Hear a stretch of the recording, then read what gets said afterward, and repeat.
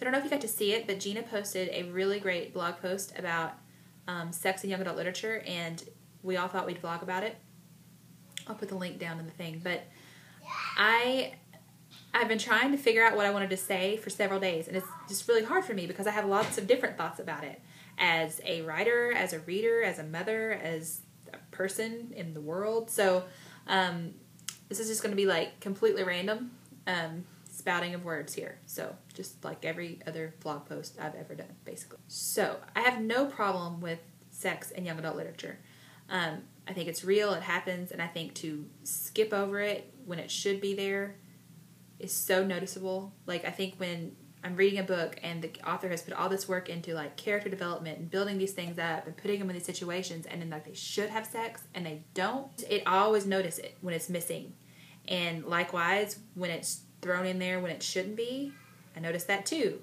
If it's not there when it should be, I think the author chickened out.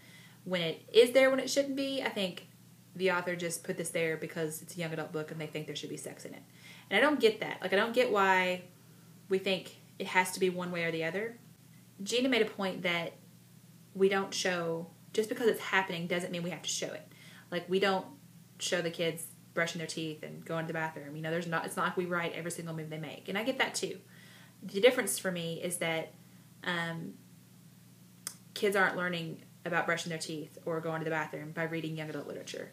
And in some instances, what they read in books may be all they know about sex. I was very lucky. My parents, or my mom, my dad was not at all, but my mom was super open about talking about sex. It was always like, I don't remember not knowing what sex was and how it worked and what the risks were. And it's not like she was encouraging me to have sex, but she never made me afraid to talk to her about it. But I know that there are plenty of people who did not have that experience, and I kind of feel like books give them one way to learn more about it and to learn how to talk to their parents about it, or how to talk to their friends about it, or how to talk to their boyfriend or girlfriend about it. So I don't want to say that we should never have sex in literature. I mean, I think people have to be out there to write those books and to make those points and give these kids something to read. I also understand the need to, you know, it's your book and you want to be proud of what you've written. And if you are someone who has serious issues with teenagers having sex, then you are not going to want to write that in there. I get that. It's your book. It's your choice. Do it. I'm not going to criticize you for it. For my book, Between, there's no swearing in that book because of my grandfather, who he's my world. Disappointing him is like my life's biggest fear. It's like disappointing my grandfather, spiders, Alzheimer's disease. There's no swearing in it.